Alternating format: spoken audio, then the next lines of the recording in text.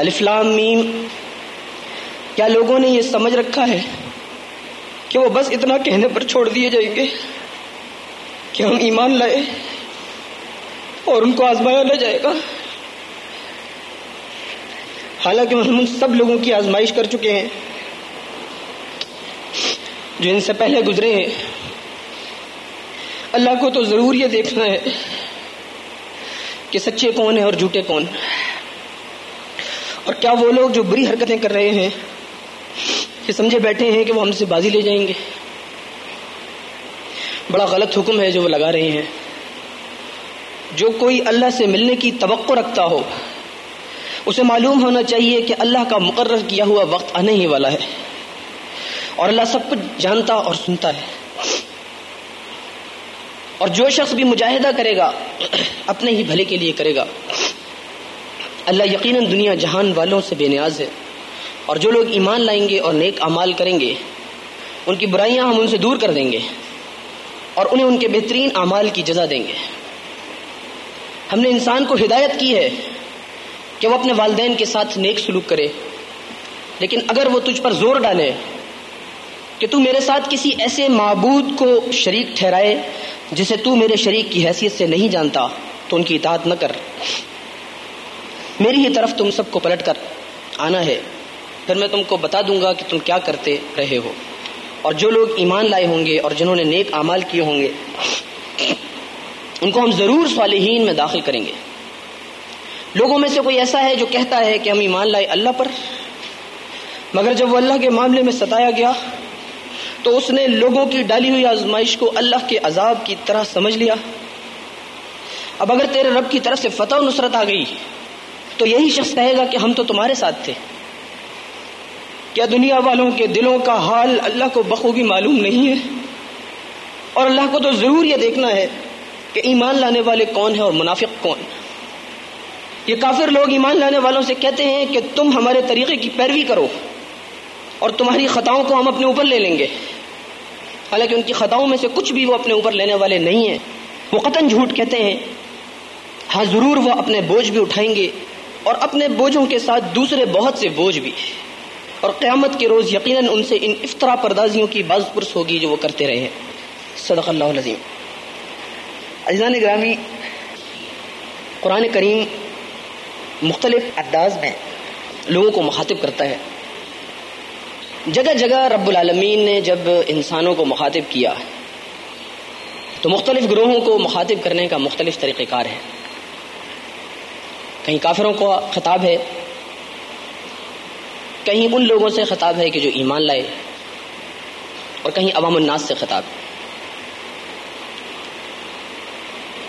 بہت ساری جگہ وہ ہیں کہ جہاں ایمان لانے والوں سے اگر خطاب ہے تو ان آیات میں اگر آگے چل کے رب العالمین یہ تک بھی بتا رہا ہے کہ تمہارا ایمان مکمل نہیں ہے، اکمل نہیں ہے، اللہ کے یہاں اس طرح مقبول نہیں ہے کہ جس طرح ہونا چاہیے، گویا تم ایمان میں بہت کمزور ہو، تو اس کے باوجود اس آیت کی ابتدا ان الفاظ سے ہوئی کہ یا ایھا الذین آمنوا۔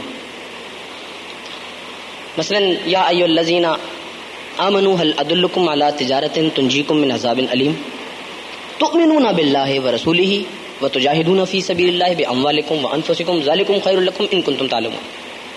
بڑی عجیب و غریب آیت ہے یہ بھی کہ اے لوگوں جو ایمان لائے ہو، کیا میں تمہیں وہ تجارت نہ بتاؤں جو تمہیں عذاب علیم سے بچا لے؟ تو سنو وہ تجارت کیا ہے۔ کیا میں تمہیں وہ تجارت نہ بتاؤں جو تمہیں عذاب علیم سے بچا لے؟ ایمان لاؤ اللہ پر۔ گویا خطاب بھی ایمان والوں سے ہے کہ یا ایھا الذین آمنوا، اور تجارت کی ابتدا ان الفاظ سے ہے کہ تم ایمان لاؤ۔ اے ایمان لانے والو، تم ایمان ہی نہیں لائے، تمہارے ایمان ہی میں کمزوری ہے، اسی لیے تو رب العالمین کا انداز تخاطب ہے کہ اے لوگوں جو ایمان لائے ہو، اگر تم مجھ سے وہ تجارت کرنا چاہتے ہو تو میں تمہیں بتاتا ہوں کہ تمہاری تجارت میرے ساتھ اس وقت ہوگی جب تم ایمان لاؤ گے۔ ویسا ایمان جیسا مجھے درکار ہے، جیسا مجھے پسند ہے، وہ ایمان کے جس میں آزمائش ہے۔ لیکن یہ جو آیات ہیں، میں سوچتا ہوں کہ اس کا انداز تخاطب ایسا ہے کہ جس میں وہ قربت نہیں ہے، وہ محبت نہیں ہے۔ بے شک رب العالمین اپنے بندوں سے بڑی محبت فرماتا ہے، لیکن اس خطاب میں عمومی خطاب ہے۔ حالانکہ آیت یہ تفصیل بتا رہی ہے، یہ ثابت کر رہی ہے کہ دراصل مخاطب وہ لوگ ہیں کہ جو ایمان لائے ہیں، جو کہتے ہیں کہ ہمارے نام مسلمانوں والے ہیں، اس کے باوجود ان سے خطاب کی ابتدا کے اندر یہ دوری، ایک چھپا ہوا غصہ، ایک چھپی ہوئی تنبیہ، وہ یہ ہے کہ کیا لوگوں نے یہ سمجھ رکھا ہے؟ بڑا عجیب و غریب سا انداز ہے کہ بڑا عمومی سا، بڑا دوری والا، کہ کیا لوگوں نے یہ سمجھ رکھا ہے؟ اگر کوئی استاد، اگر کوئی باپ اپنے بیٹے کو مخاطب کرتا ہے اور وہ پڑھ نہیں رہا ہوتا، وہ محنت نہیں کر رہا ہوتا، اور وہ ڈینگے مار رہا ہوتا ہے کہ ابا آپ دیکھنا کہ اب جو امتحان ہوگا اس میں فرسٹ پوزیشن لوں گا، اور باپ اس کی یہ ساری حرکتیں دیکھ رہا ہوتا ہے کہ تیرا سارا وقت پڑھائی پر تو نہیں لگتا، تو سارا وقت کھیل میں لگاتا ہے، تو اس کا انداز تخاطب بھی اسی تنزیہ اور اسی محبت سے دوری کا ہوتا ہے، اسی طرح کا تنزیہ اسٹائل ہوتا ہے کہ تو نے کیا سمجھ رکھا ہے کہ تو ایسے ہی فرسٹ آ جائے گا، تو ایسی کامیاب ہو جائے گا، تو صرف ڈینگے مار رہا ہے، تو نے تو وہ تعلیم حاصل ہی نہیں کی، تو نے تو وہ محنت ہی نہیں کی کہ جو تجھے اس امتحان میں کامیاب و کامران کرتی، تو کس طرح کہتا ہے کہ تو کامیاب ہو جائے گا؟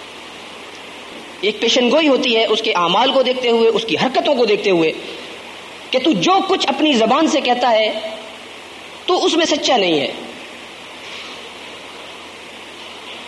اور یہ تو ایک انسان ہوتا ہے کہ جو بہرحال کسی کے دل کے بھید کو نہیں جان سکتا، جو کسی کے دل کا حال پڑھ نہیں سکتا، وہ مجبور ہے کیونکہ وہ بشر ہے، وہ انسان ہے، وہ تو صرف وہ سنے گا جو سامنے والا انسان مخاطب کرتے کہے گا۔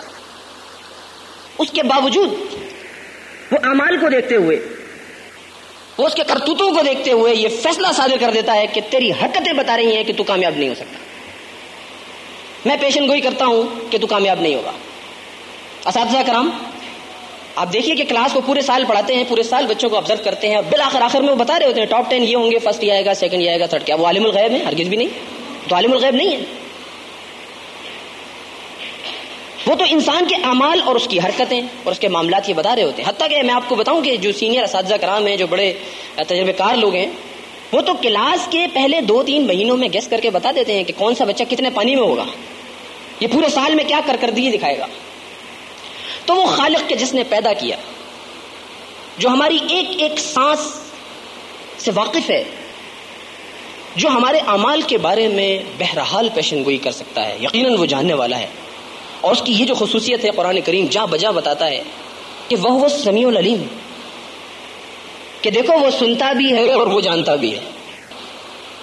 انسان دنیا کے اندر اگر کوئی دھوکے دیتا ہے، اگر کوئی فریب کرتا ہے، خیانتیں کرتا ہے، اور جو کچھ اس کا یہ چکر چلتا ہے دنیا کے اندر باطل پرستی کا اور شیطنت کا، آپ دیکھیں اس کی جو بنیاد ہے وہ یہی ہوتی ہے کہ وہ لوگوں سے بات کو مخفی رکھ کے زبان سے کچھ اور کہتا ہے، اور اس بنیاد پہ آدمی دھوکہ بھی کھاتا ہے، اس بنیاد پہ کسی کے بارے میں کوئی رائے بھی قائم کرتا ہے، اور یہ فیصلہ کرتا ہے کہ یہ فرد تو ہو رہے، اس نے تو بڑی باتیں کی تھی، بڑا زبردست آدمی ہے، میں نے اسے جانا، میں نے سنا ہے اس کو، کیونکہ سامنے والا انسان دل کے بھید کو نہیں جان سکتا۔ لیکن رب العالمین اسی بات کو بار بار ریئلائز کرواتا ہے اور انسان کو یہ بتانے کی کوشش کرتا ہے کہ میں وہ انسان نہیں ہوں جس کو تو دھوکہ دے سکے، جس کو تو بتا کچھ سکے اور کرے کچھ اور پھر بھی میں نہ جانوں، میں تو سنتا بھی ہوں اور میں جانتا بھی ہوں۔ سورہ انفال میں اللہ فرماتا ہے کہ وہ انسان کے زبانوں کے اور دلوں کے درمیان میں حائل ہے، جو کچھ وہ کہتا ہے اور جو کچھ وہ سوچتا ہے، جو اس کے دل کے اندر مخفی ہے، اسے وہ جانتا ہے۔ وما تخفی الصدور، ایک اور جگہ ہے وما تخفی الصدور واللہ علیم بذات الصدور، دلوں کے چھپے ہوئے بھیدوں کا واقف ہے۔ ہم اللہ تعالیٰ سے بڑی دعا کرتے ہیں کہ اللہ تعالیٰ ہمیں وہ کہنے کی توفیق عطا فرمائے کہ جس کی ہمیں عمل کی توفیق بھی نصیب ہے۔ اس آیت کی ابتدا اسی طریقے سے ہے کہ رب العالمین کا یہ فیصلہ ہے کہ کیا لوگوں نے یہ سمجھ رکھا ہے کہ وہ بس اتنا کہنے پر چھوڑ دیے جائیں گے کہ ہم ایمان لائیں؟ کیا تم سمجھتے ہو کہ صرف شناختی کارڈ، اپنا نادرہ کا شناختی کارڈ لے کے لائن میں لگو گے اور جنت کے لیے تمہیں ٹکٹ مل جائے گا؟ کیا تم چلے جاؤ کہ تمہارا نام تو عبدالعزیز ہے، تمہارا نام تو عبداللہ ہے، بے شک تمہارا نام تو مسلمانوں والا تھا؟ بخدا رب العالمین کو کسی شناختی کارڈ کی، کسی کی سفارش کوئی ضرورت نہیں۔ اس نے ہمارے اوپر وہ پہرے دار بٹھا رکھے ہیں جو ہمارے ایک ایک عمل کو لکھتے ہیں اور بتا دیتے ہیں، اور وہ صبح اور شام پیغام پہنچاتے ہیں اور پیغام رسانی کرتے ہیں اور بتاتے ہیں کہ یہ کس کیٹیگری کا انسان ہے. لیکن انسان اس کے باوجود یہ ساری باتیں اس تک پہنچ جاتی ہیں، اس کے باوجود جب اس کو دستک دی جاتی ہے عمل کے لیے تو وہ کنی کتراتا ہے، تو وہ بھاگتا ہے. اس لیے آیات اور احادیث یہ بتاتی ہیں کہ دلوں کے اندر آنے والے وسوسے اور چھپے ہوئے خیالات سے لے کر تختہ دار پہ جھول جانے تک آزمائش ہے، اور راستے میں کسی کے کانٹے ہٹا دینے سے لے کر اور میدان کارزار میں پامردی دکھانے تک سب کی سب آزمائش ہے. پھر ہم یہ بھی دیکھتے ہیں کہ آزمائش کی مختلف اقسام ہیں. آپ اپنی روٹین لائف میں کبھی کسی فرد کو آزمانا چاہتے ہیں تو دو طرح کی آزمائشیں ہوتی ہیں.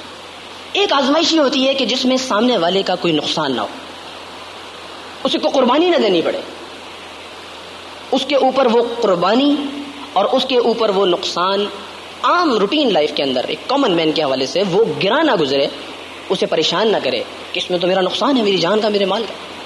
اور ایک آزمائش وہ ہے کہ جو ڈائریکٹ نقصان مانگتی ہے، قربانی مانگتی ہے اور تقاضا کرتی ہے کہ وہ پرکھا جاتا ہے کہ وہ اپنے قول اور فعل میں سچا ہے یا جھوٹا.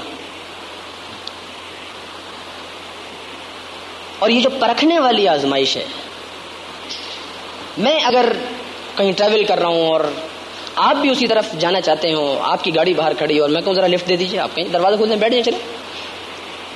لیکن آپ کو بے شمار دفعہ یہ تجربہ ہوا ہوگا کہ بڑی چھوٹی اور بڑی ننھی سی آزمائش ہے. ایک آدمی لفٹ ہی تو مانگ رہا ہے اور اسی راستے کی اسی منزل کی مانگ رہا ہے کہ جہاں آپ جا رہے ہیں. پیٹرول تو آپ کا خرچ ہو رہا ہے، گاڑی آپ ڈرائیو کر رہے ہیں، آپ کو تو ویسے بھی جانا ہے. لیکن اس کے باوجود کچھ لوگ وہ ہوتے ہیں جو منع کر دیتے ہیں، نہیں جی سوری. گویا ایسی آزمائش کہ جس میں کوئی نقصان نہ ہو، اس کے باوجود لوگ اس طرح آزمائے جاتے ہیں کہ کوئی منع کرتا ہے، کوئی حمایت کر دیتا ہے، کوئی ساتھ دے دیتا ہے. لیکن وہ آزمائش کہ جس میں جب آپ پہ کڑا وقت پڑتا ہے اور برا وقت آتا ہے، اور اگر آپ کو پیسوں کی ضرورت ہوتی ہے، آپ کو قرض کی ضرورت ہوتی ہے اور آپ کسی فرد کے پاس جاتے ہیں کہ بڑے برے حالات ہیں اور مجھے یہ قرض چاہیے، تو اگر وہ دوست بڑی بڑی ڈینگیں مارتا ہو اور بڑی بڑی باتیں کرتا ہو اور کہتا ہو زندگی اور موت کے دعوے کرتا ہو، اور اس وقت وہ کنی کترا جائے، اس وقت وہ ہیلے بہانے کرے، دیکھیں وہ جو دوست ہوگا نا، وہ کبھی بھی ڈائریکٹ یہ منع نہیں کرے گا کہ جاؤ میں نہیں دیتا. وہ ہیلے بہانے تراشے گا، مختلف ہیلے بہانے تراشے گا کہ میرے اوپر تو حالات ایسے آ گئے، وقت ایسا کڑا ہے، بس میں تمہیں کیا بتاؤں، جو ظاہری نظر آ رہا ہے ایسا نہیں ہے، یقین کرو قبر کا حال مردہ جانتا ہے، بڑے برے حالات ہیں، اور ہیلے بہانے کر کے آپ سے جان چھڑائے گا. تو اس وقت آپ کو معلوم ہوگا، آپ کہیں گے کہ اس کی حقیقت یہ چھپا رہا ہے اور یہ اس وقت میرے لیے قربانی کر سکتا ہے لیکن یہ قربانی نہیں کر رہا. اور آپ کو اس پر غصہ بھی اسی وقت آئے گا اور آپ اس سے دوری بھی اسی وقت محسوس کریں گے جب آپ کو یہ یقین ہو کہ واقعی اس کے حالات ایسے نہیں ہیں جیسے یہ بتا رہا ہے، یہ پیسے دے سکتا ہے، یہ قرض دے سکتا ہے، مگر یہ قرض نہیں دے رہا. تو عزیزان محترم، تب رب العالمین یہ انداز تخاطب اختیار کرتا ہے کہ کیا لوگوں نے یہ سمجھ رکھا ہے کہ وہ صرف یہ کہنے پر چھوڑ دیے جائیں گے کہ ہم ایمان لائیں اور ان کو آزمایا بھی نہ جائے گا. ایک اور جگہ قرآن کریم میں ارشاد ہے، ام حسبتم ان تدخلوا الجنة ولما يأتكم مثل الذين خلوا من قبلكم مستهم البأساء والضراء وزلزلوا حتى يقول الرسول والذين آمنوا معه متى نصر الله ألا إن نصر الله قريب. کیا تم لوگوں نے یہ سمجھ رکھا ہے کہ تم جنت میں یوں داخل کر دیے جاؤ گے؟ یہاں پر بھی انداز تخاطب ہوئی ہے. کیا تم نے یہ سمجھ رکھا ہے کہ تم جنت میں یوں داخل کر دیے جاؤ گے حالانکہ ابھی تم پر وہ حالات نہیں گزرے جو تم سے پہلے کی امتوں پہ گزر چکے ہیں؟ ان پر سختیاں آئیں، وہ مصیبتوں میں ڈالے گئے، وہ ہلا مارے گئے، وزلزلوا حتی یقول الرسول، یہاں تک کہ رسول، وقت کا رسول اور اس کے وہ ساتھی جو ایمان لائے تھے وہ پکار اٹھے کہ متی نصر اللہ، کب اللہ کی نصرت آئے گی، مدد کب آئے گی اللہ کی. الا ان نصر اللہ قریب، بے شک اللہ کی مدد قریب ہے. عزیزان گرامی، حضرت خباب بن ارت رضی اللہ تعالیٰ عنہ کا ایک واقعہ آتا ہے حدیث میں، اور جو اس آیت کی تفسیر ہے، جو اس آیت کے الفاظ کا بالکل دوسرا نمونہ ہے. فرماتے ہیں کہ میں خانہ کعبہ میں نبی کریم صلی اللہ علیہ وسلم استراحت فرما رہے تھے، خانہ کعبہ کی دیوار سے ٹیک لگا کر، اور میں گیا اور میں نے جا کے پوچھا اللہ کے رسول آپ ہمارے لیے دعا نہیں کرتے؟ ہم پہ بڑی سختیاں ہیں. نبی محترم صلی اللہ علیہ وسلم جلال کے ساتھ غصے کے ساتھ اٹھ کے بیٹھ گئے اور آپ کے چہرے سے غصے کے آثار نمایاں تھے اور آپ نے فرمایا کہ تم پر تو وہ حالات گزرے ہی نہیں جو تم سے پہلے کی امتوں پر گزر چکے ہیں. سنو، ان کو بٹھا کر ان کے سروں پر آرے سے چیر دیا گیا اور گوشت پوست کے انسانوں کے جسموں کے اندر لوہے کی تنگیاں گھسیڑ دی گئیں اور ان کے گوشت کو ادھیڑ دیا گیا. اور انسان بڑا جلد باز ہے اور وہ وقت آئے گا کہ جب سنا سے ایک مسافر چلے گا اور حضر موت تک جائے گا اور اسے اللہ کے علاوہ کسی کا خوف نہیں ہوگا. حضرت خباب بن ارت رضی اللہ تعالیٰ عنہ خاموش ہو گئے. پہلے کی امت، بے شمار واقعات پہلے کی امتوں کے انبیاء کرام کے واقعات تو قرآن نے بار بار اسی لیے بیان کیے ہیں کہ اس میں ہمارے لیے نشانیاں ہیں. اصحاب الاخدود کا واقعہ، قتل اصحاب الاخدود النار ذات الوقود. صحابہ کرام نے پوچھا اللہ کے نبی صلی اللہ علیہ وسلم یہ اصحاب الاخدود کون تھے جن کو آگ کے گڑھوں میں ڈال دیا گیا؟ یہ کون لوگ تھے؟ نبی محترم صلی اللہ علیہ وسلم نے بڑی تفصیل سے اس پر روشنی ڈالی اور آپ نے فرمایا کہ پچھلی ایک امت تھی کہ جس کا بادشاہ کفر میں مبتلا تھا اور پوری امت کفر میں مبتلا تھی اور اس کی ساری یہ بادشاہی جادوگری کے زور پر تھی اور ایک جادوگر اس کی بادشاہی کو چلا رہا تھا. جب وہ جادوگر بوڑھا ہو گیا تو اسے پریشانی ہوئی کہ اب تو میری موت قریب ہے. تو اس نے بادشاہ سے کہا کہ بادشاہ تو مجھے کوئی ذہین فتین سا نوجوان دے کہ جو سمجھدار ہو اور جس کو میں ساحری اور جادوگری سکھا دوں تاکہ وہ تیری بادشاہت کو قائم رکھے. بادشاہ نے ایک جوان لڑکا اس کو دے دیا. وہ جوان لڑکا اس سے جادوگری سیکھتا تھا اور آنے جانے والے راستے میں ایک پگڈنڈی سے جب گزرتا تھا تو وہاں ایک بزرگ اس کو مل گیا اور وہ بزرگ اصل دین کے اوپر تھا، دین ابراہیمی ہم کہتے ہیں، دین ابراہیمی کے اوپر تھا. اور اس نے اس کو دین کی دعوت پیش کی. لڑکے کی سمجھ میں دین کی دعوت آ گئی. وہ روزانہ جاتا رہا، جادوگری بھی سیکھتا رہا، بزرگ کے پاس بھی جاتا رہا اور دل سے وہ ایمان لے آیا. اور ایک واقعہ ایسا ہوا ان کی امت میں، ان کے علاقے میں، کہ ایک جانور نے راستہ روک لیا. وہ ہٹ نہیں رہا تھا. پورے لوگ، علاقے کے جو لوگ تو کھڑے ہوئے تھے، پریشان تھے کہ جانور اپنی جگہ نہیں چھوڑتا. تو اس لڑکے نے، آپ دیکھیں کہ یہ بڑی اہم بات ہے کہ آزمائش کی جس کی میں بات کر رہا ہوں کہ اس لڑکے کو بھی یقین ایک آزمائش کے بعد آیا. حالانکہ وہ دل سے ایمان لا چکا تھا لیکن دل کی ایک خلش تھی، دل کے اندر ایک بات تھی کہ یہ ایک بابا ہے، یہ ایک فرد ہے جو اکیلی بات کرتا ہے اور یہ پوری امت ایک الگ بات کرتی ہے، عجب بات کرتی ہے. اس کا دل مطمئن تھا کیونکہ وہ جانتا تھا کہ بات یہ حق اور سچ ہے، لیکن پھر بھی دل کی خلش کو دور کرنے کے لیے وہ وہاں کھڑا ہوا اور اس نے آزمائش کی. اس نے اس جانور کو ہٹانے کے لیے ایک کنکر اٹھایا، اس کی طرف پھینکا اور یہ کہہ کر پھینکا کہ بادشاہ کے اور امتیوں کے خدا کی طرف سے. کچھ بھی نہیں ہوا. پھر اس نے دعا کی کہ یا اللہ میں تیری جانب سے اس کو تجھ سے دعا کرتا ہوں کہ تو اس کو ہٹا دے تاکہ ان لوگوں کا مسئلہ آسان ہو جو میرا اور اس کا خدا ہے اور ان سب کا خدا ہے، پالنے والا ہے. وہ جانور اٹھا اور اس نے راستہ چھوڑ دیا. لڑکے کو پکا ایمان ہو گیا، پکا یقین ہو گیا کہ میں صحیح دین کے اوپر، اور وہ جو اکیلا آدمی کہہ رہا ہے وہ بات صحیح ہے. یہ جمہوریت کی نس مارتی ہے. جس جمہوریت کا ہم راگ لاتے ہیں، اگر پوری کی پوری دنیا مل کر ایک بات کہتی ہے، ساری کی ساری امت ایک بات کہتی ہے اور اللہ اور اس کے رسول صلی اللہ علیہ وسلم کی بات سے میل نہیں کھاتی، تو اسلام کے جوتے کی نوک پر پوری امت کی بات. حضرت ابراہیم علیہ السلام خلیل اللہ کیسے کیسے آزمائے گئے. وہ عجب بات ہے کہ ایک فتح واحد ہے، اس کے دل میں اللہ القا کرتا ہے، اس کے دل میں یہ سوچ سمجھ عقل اور فہم اور شعور دیتا ہے اور وہ شعور کے اوپر پرکھتا ہے کہ میرا باپ جن بتوں کو بناتا ہے یہ بت خدا نہیں ہو سکتے، اور وہ غور و فکر کرتا ہے. قرآن بتاتا ہے کہ اس نے تدبر کیا، اس نے غور و فکر کیا. قرآن اس موقع پر وحی کی گواہی نہیں دیتا. قرآن کہتا ہے ہم نے اس کو شعور سے نوازا، عقل سے نوازا، اور اس نے اپنی عقل کے پیمانے پر پرکھا کہ یہ سارے لوگ غلط ہیں اور جو بات میری سمجھ میں آ رہی ہے وہ صحیح ہے. اور آپ محسوس کیجئے کہ یہ کوئی چھوٹی موٹی بات نہیں ہے. ایک فرد واحد ہو، پورے علاقے کے لوگ، پورے خاندان کے لوگ، پوری کمیونٹی کے لوگ ایک بات کہہ رہے ہوں اور اس فرد واحد کی سمجھ میں دوسری بات آ جائے اور پھر اس کو وہ سکینت مل جائے اور وہ استقامت مل جائے کہ وہ ڈٹ کر کہے کہ میری بات صحیح. نمرود نے بڑا زور مارا اور آگ کا الاؤ تیار کیا.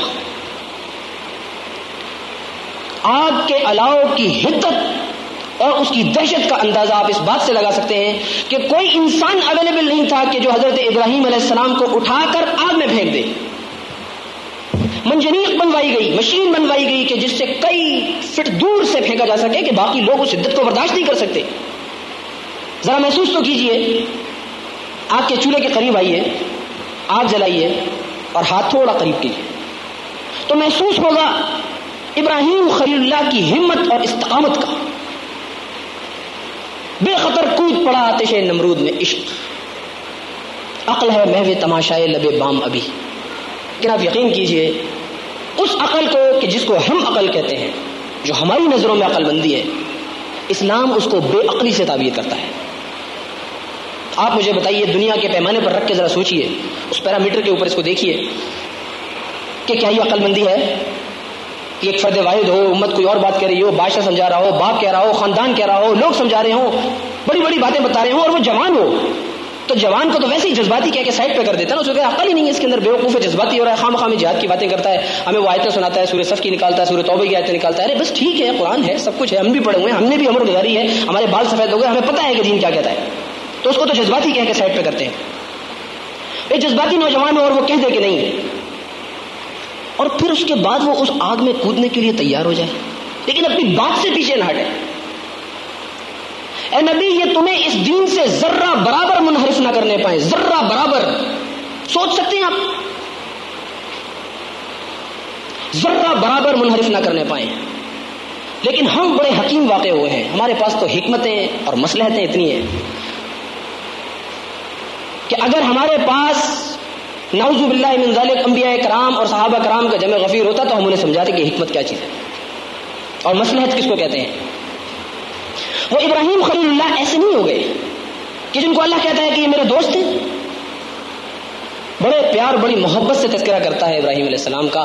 آپ محسوس کیجئے انبیاء کرام میں ایک الگ حیثیت عطا کی گئی کہ محمد الرسول اللہ کے اوپر صلاۃ و سلام بھیج جس طرح ابراہیم پر اور ان کی آل پر بھیجا۔ کیا عظیم مرتبہ ہے، کیا عظیم رتبہ ہے۔ اور قرآن میں جب بیان کیا تو بھی بڑے عجیب طریقے سے بیان کیا، بڑے پیار بڑے محبت سے بیان کیا۔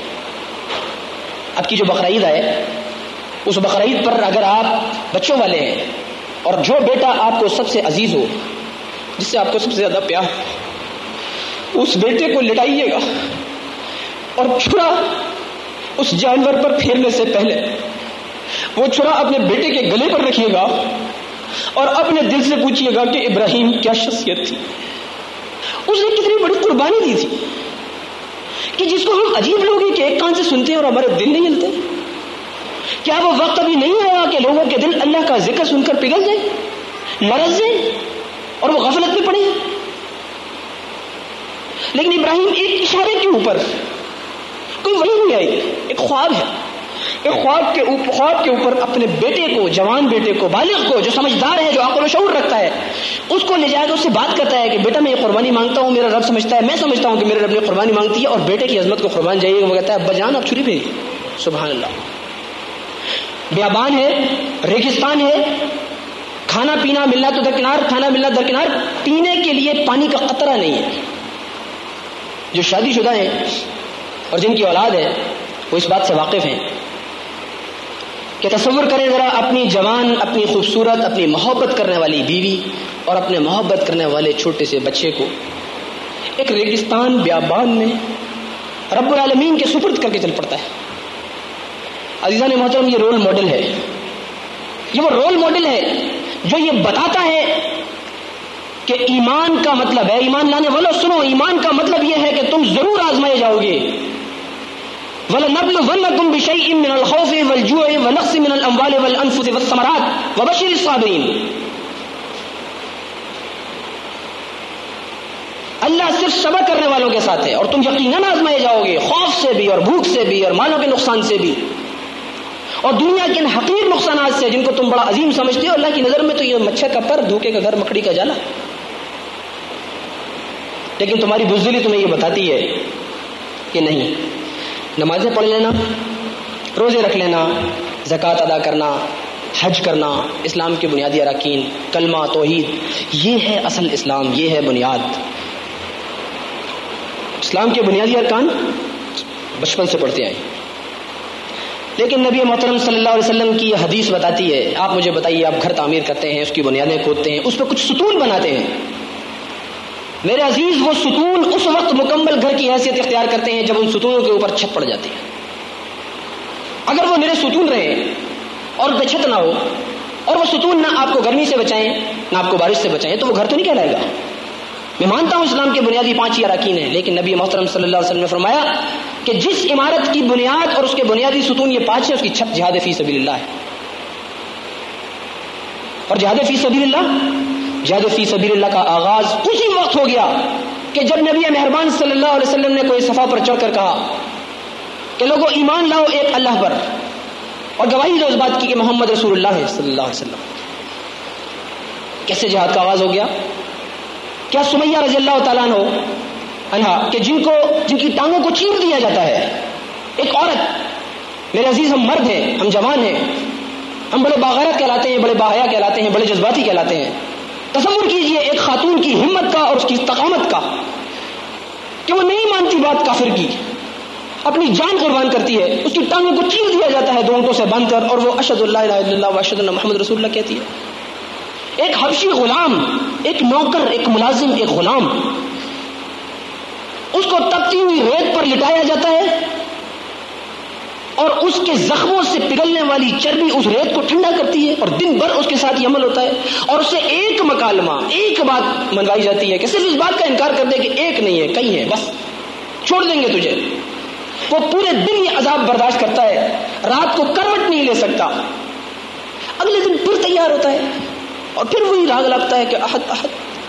تو پھر کیوں نہ مرتبہ عظیم ہو بلال حبشی رضی اللہ تعالیٰ عنہ کا، مصعب بن عمیر رضی اللہ تعالیٰ عنہ کا، صہیب رومی رضی اللہ تعالیٰ عنہ کا. بیعت رضوان کا واقعہ ہے.